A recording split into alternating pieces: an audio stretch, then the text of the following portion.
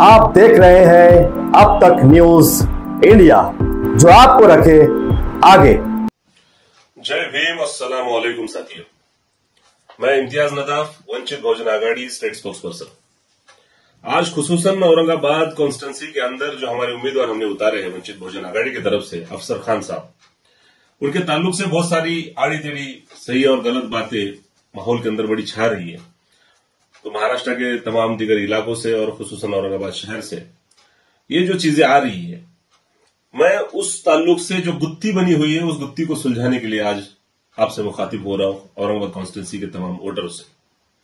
मैं आपको इस बात को समझाना चाहता हूं कि हमें इस बात को समझना होगा कि अफसर खान जो है वो सिर्फ मुसलमानों के रिप्रेजेंटेटिव या उम्मीदवार नहीं है। अफसर खान को जो उम्मीदवार बनाया गया है वो मजलूम कौमें, वंचित समूहों के तरफ से वो रिप्रेजेंटेटिव बने हुए हैं। तो इसमें एक बात समझने ऐसी ये है कि उम्मीदवार वंचित का वो होगा जिसे वंचित अपना मानेंगे और वंचित अपना रिप्रेजेंटेटिव मानेंगे, वो उम्मीदवार होगा वंचित बहुजन आघाड़ी का। और अगर किसी को यह लगता है या फिर ये बात फैलाई जाती है कि एमआईएम पार्टी जो है और उसके जो एमपी है फिलहाल जो इम्तियाज जलील, तो उनके वोट काटने के लिए या फिर उनको हराने के लिए हमने वंचित बहुजन आघाड़ी के तरफ से किसी को खड़ा किया है, तो एक साफ साफ तौर पर बात बता दूं कि वंचित बहुजन आघाड़ी अपनी लड़ाई लड़ रही है। इसके पहले जो इम्तियाज जलील चुन के गए थे वो वंचित के सपोर्ट से ही चुन के गए थे।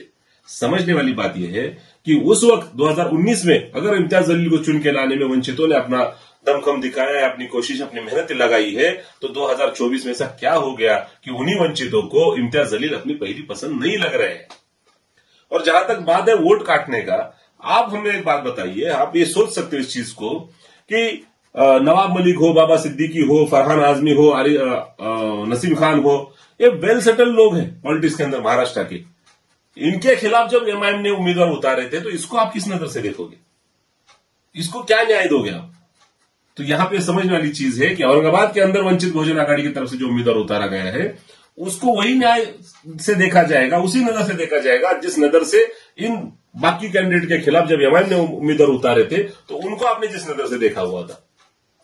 समझने वाली बात यह है कि वंचितों के सपोर्ट को लेकर अगर हमारा कोई एमपी चुन के जाता है तो वो मजलूम कौमें ये भी चाहेंगी कि इन्हीं मुसलमान भाइयों की मदद से हम अपना भी कोई नुमाइंदा संसद तक भेजें, हम कायदे मंडल विधानसभा के अंदर अपना कोई नुमाइंदा भेजें। लेकिन गलती यह हुई कि उनके नुमाइंदे जब तक पहुंचेंगे या पहुंचने चाहिए थे तब तक सबर नहीं किया गया, वहां से पीछे हटा गया, उस अलायंस को तोड़ा गया। अच्छा चलो ठीक है, ये छोटी मोटी बात है या फिर ये अलग चीज है, लेकिन दूसरी बात यह है कि खुद एडवोकेट बाला साहब अम्बेडकर को मुसलमानों ने सोलापुर अकोला से बड़ा नाराज किया।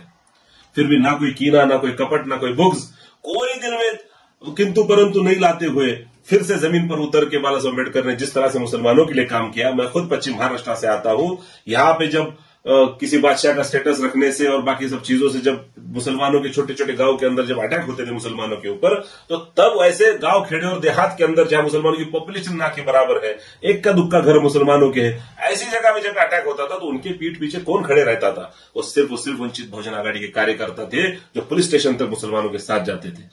ये काम वंचितों ने मुसलमानों के लिए किया है।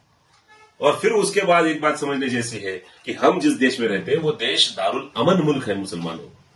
यहां पे सिर्फ मुसलमानों की राय नहीं सुनी जाएगी, यहां पे हमें बाकी गए दिगर मजहबों की राय के साथ अपनी राय को जमाना पड़ेगा, हमें उनके राय के साथ अपनी राय को मिलाना पड़ेगा। और वंचित समूह अगर इस बार इम्तियाज जलील को अपना रिप्रेजेंटेटिव नहीं मान रहा है और उसकी वंचित समूह की अगर पहली पसंद इस बार अगर अफसर खान है, तो मुसलमानों को भी ये चीज समझनी चाहिए कि इस बार अगर वंचितों का दिल नहीं मान रहा है तो हमें किसी भी हाल में इकट्ठा आना पड़ेगा, हमें मजलूम एकता का नारा देना पड़ेगा और हमें आके अपना नया रिप्रेजेंटेटिव वहां पे भेजना पड़ेगा। और जो लोग ये चाहते हैं कि वही एमपी बने, वही इम्तियाज जलील हमारा सदर बने या फिर एमपी बने और चुन के जाए, तो आपको एक बात मैं समझा दूं कि इस्लाम के अंदर शख्सियत परस्ती नहीं होती।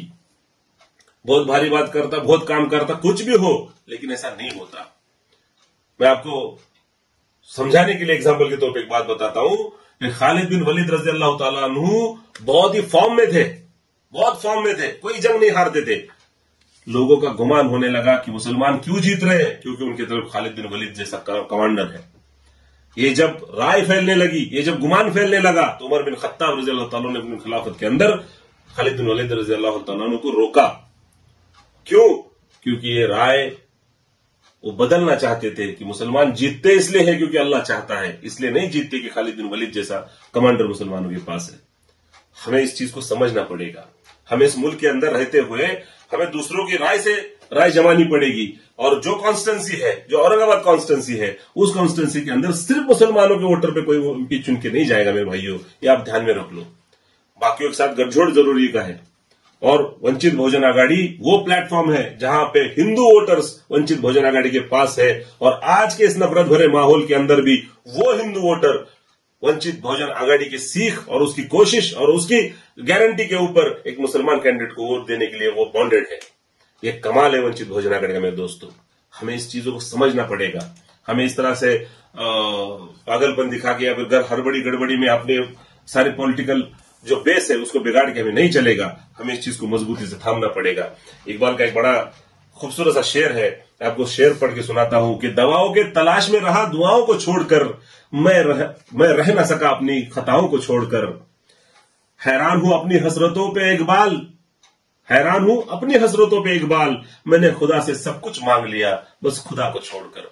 मुसलमानों, तुमने सियासत तो कर ली लेकिन सियासत छोड़कर। सिर्फ उम्मीदवार लड़ाना और इसी को लाओ उसी को लाओ, ये एक सियासत नहीं होती। सियासत में समझदारी बड़ी अहम चीज है। मैं उम्मीद करता हूं कि अफसर खान के ताल्लुक से जो कुछ भी बातें लंबी चौड़ी खींची जा रही है, अफसर खान के आयबों को ढूंढा जा रहा है कि अफसर खान ऐसा है वैसा है, ये सब करने से बेहतर है कि हम मजलूम कौमों की पसंद अगर अफसर खान है तो उनकी राय से अपनी राय मिलाए और उनके हाथों में हाथ देकर हम इस उम्मीदवार को चुन के लाए। मैं इंशाअल्लाह